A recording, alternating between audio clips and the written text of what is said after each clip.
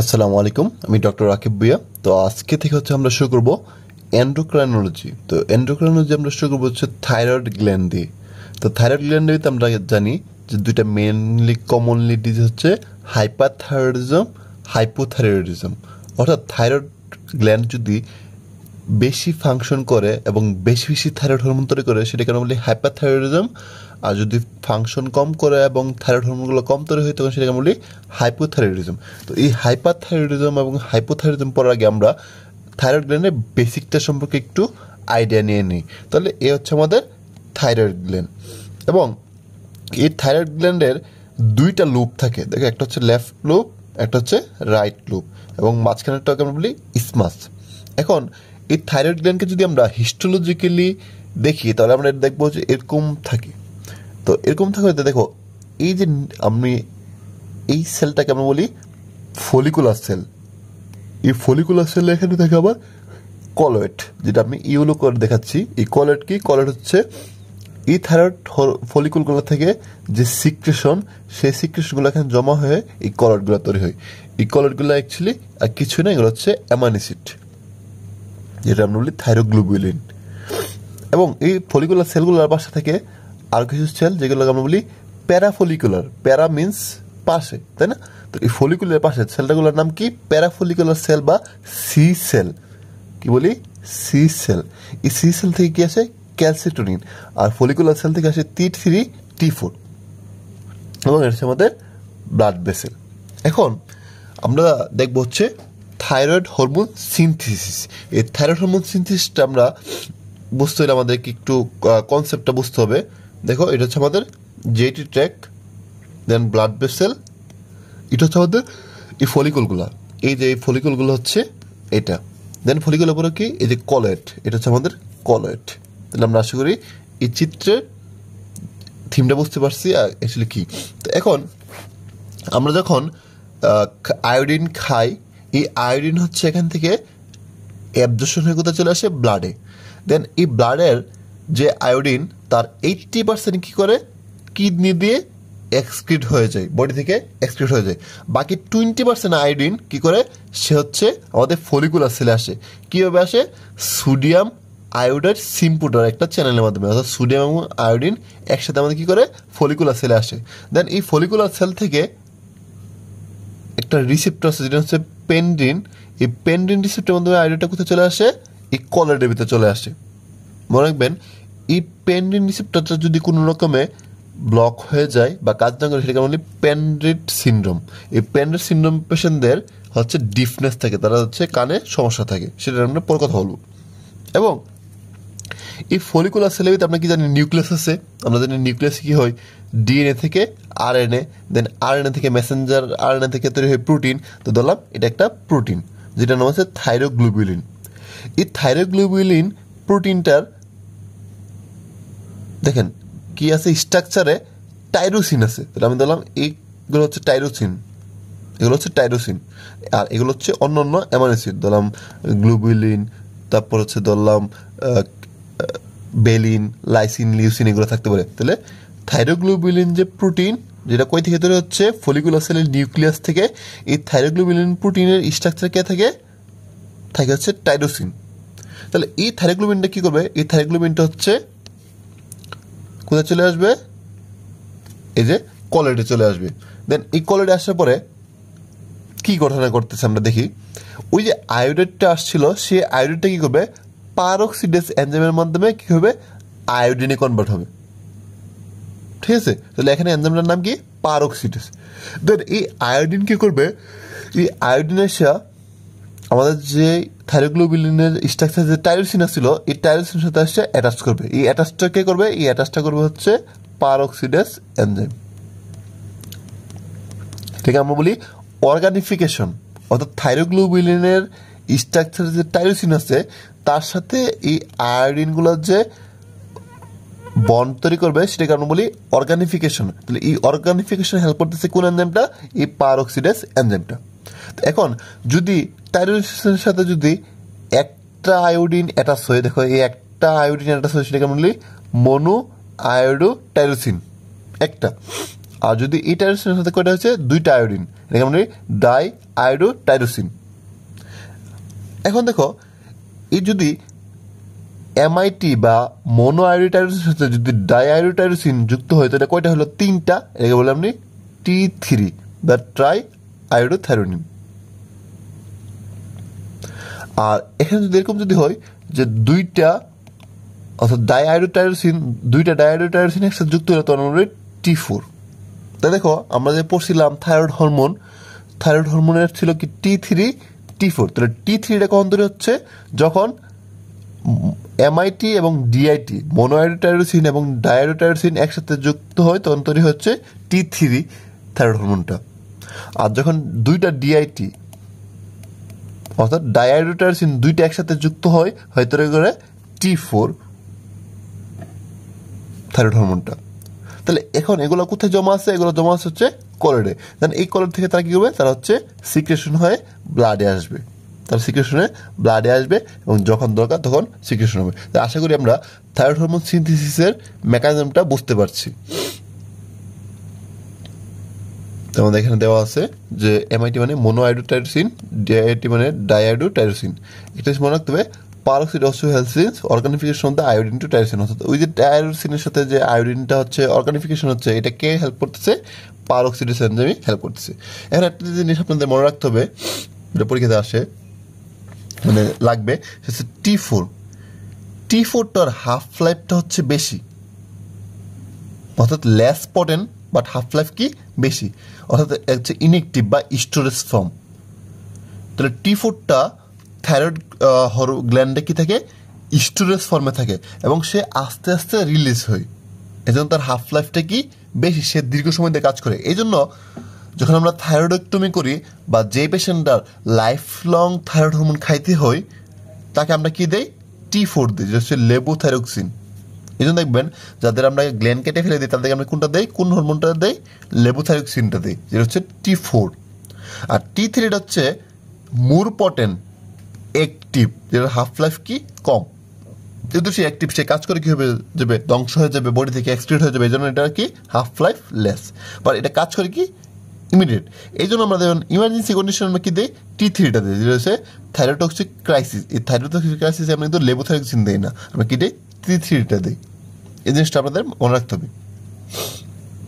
এবার সে থাইরয়েড হরমোনের ফাংশন, আপনি যদি থাইরয়েড হরমোনের ফাংশনটা মনে রাখেন তাহলে বুঝতে পারবেন যে কম ফাংশন হলে কি হবে, বেশি ফাংশন হলে কি হবে।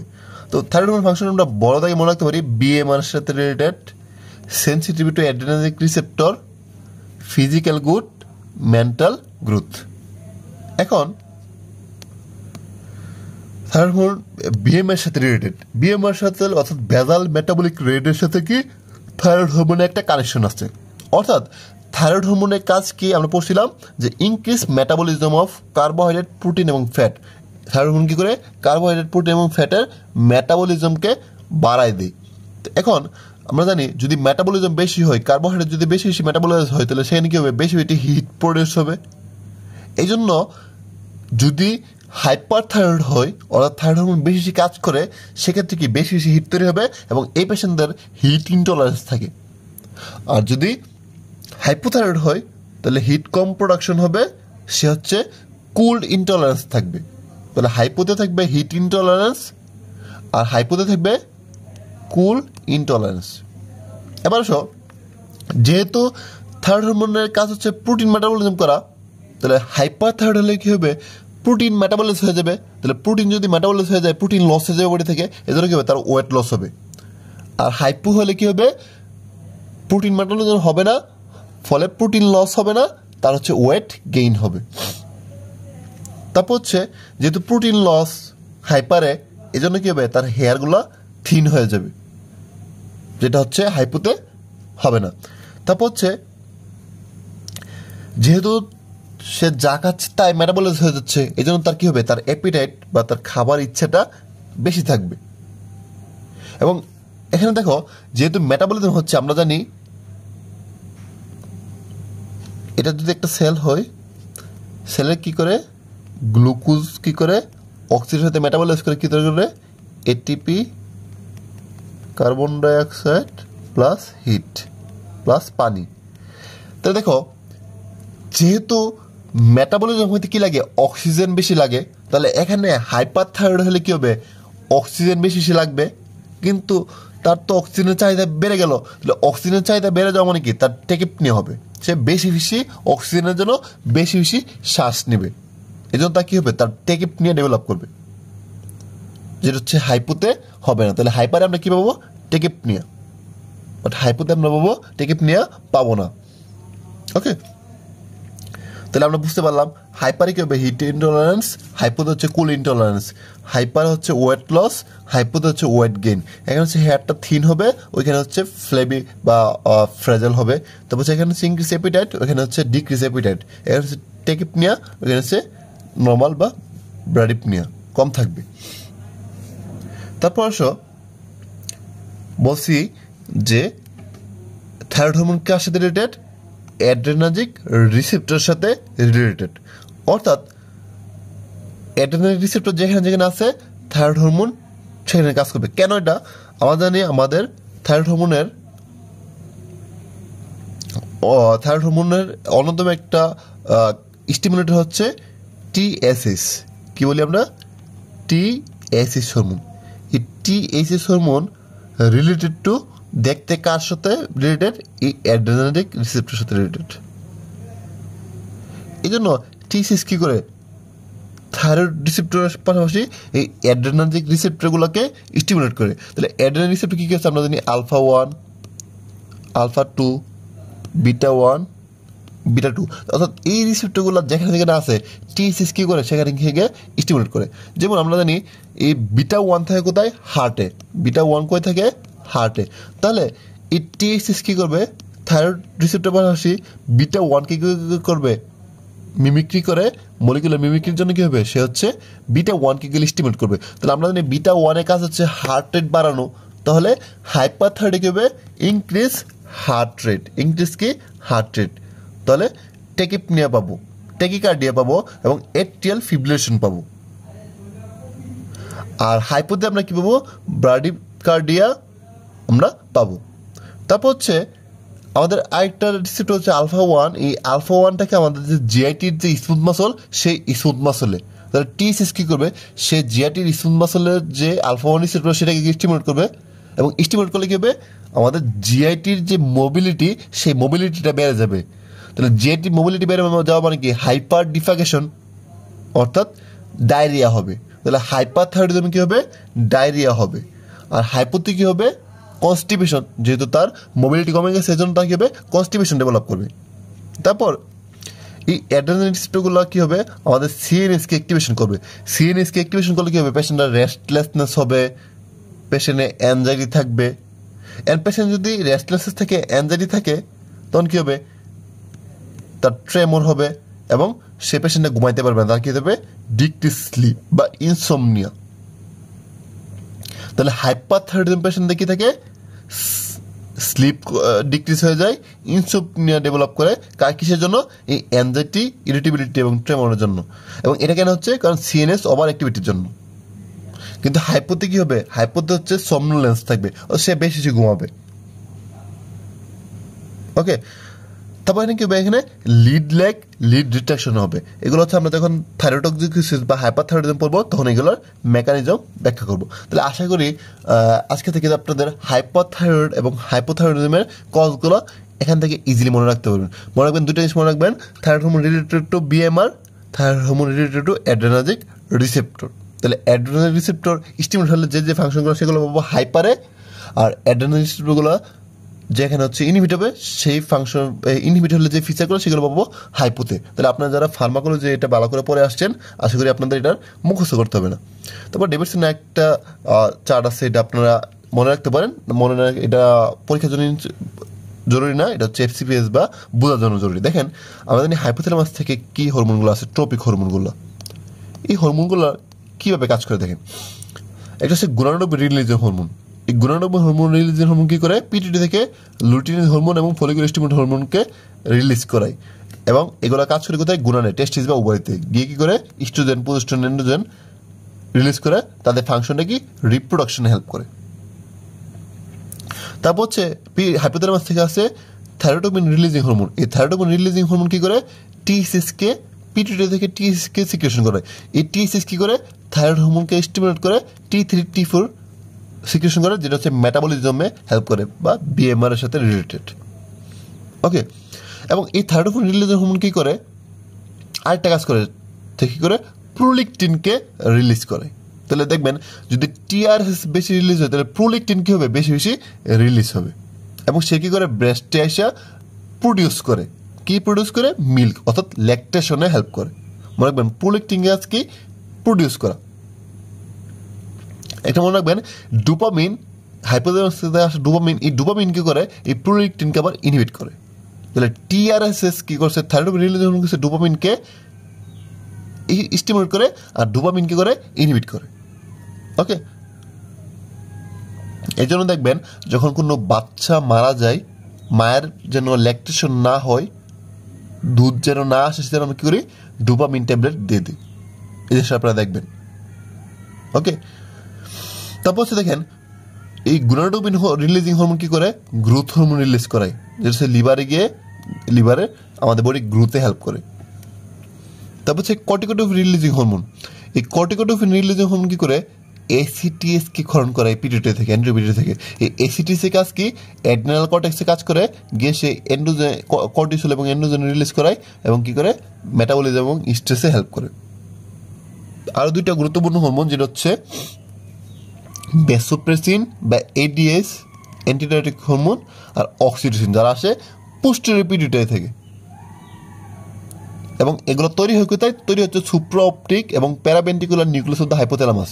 দেন এরা এসে কোথায় জমা থাকে, এরা এসে জমা থাকে হচ্ছে পোস্টেরিয়র পিটুইটারি থেকে। এই দুইটা হরমোন একটা কাজ কি, ভ্যাসোপ্রেসিন বা এডিএস এর কাজ কি, এই এডিএস কি করে, ডিস্টাল নেফ্রনের কাজ করে ওয়াটার ব্যালেন্স করে, অর্থাৎ বডিতে পানি ওয়াটার লেভেল বাড়ায় এবং ব্লাড প্রেশার কন্ট্রোল করে। আর এটা হচ্ছে অক্সিটোসিন। অক্সিটোসিন কি করে, সে হচ্ছে ইউটেরাস এবং ব্রেস্টের উপর কাজ করে। ইউটেরাসের সময় উপরে কাজ করে, সে কি করে, পার্চুরেশনে হেল্প করে, অর্থাৎ ইউটেরাইন কন্ট্রাকশনের মাধ্যমে পার্চুরেশনে হেল্প করে। আর ব্রেস্টের উপর কাজ করে কি করে, সে ব্রেস্টে গিয়ে হচ্ছে ওস করায়, অর্থাৎ ব্রেস্ট থেকে মিল্ক সিক্রেশনে হেল্প করে। মনে রাখবেন প্রোলেকটিন কাজ হচ্ছে প্রডিউস করা, মিল্ক প্রডিউস করা, অক্সিটোসিন কাজ হচ্ছে ওস করা বা সিক্রেশন করানো। তাহলে আশা করি জিনিসটা আপনারা বুঝতে পারছেন। একটা জিনিস মনে রাখবেন, আমাদের বডির বেশিরভাগ হরমোনই কাজ করে একটা অ্যাক্সিসের মাধ্যমে। এই অ্যাক্সিসটার নাম কি, এই অ্যাক্সিসটার নাম হচ্ছে হাইপোথ্যালামো পিটুইটারি অ্যাক্সিস। অর্থাৎ হাইপোথ্যালামাস থেকে কি আসবে, হরমোনগুলা আসবে, যেগুলো আমাদের ট্রপিক হরমোন।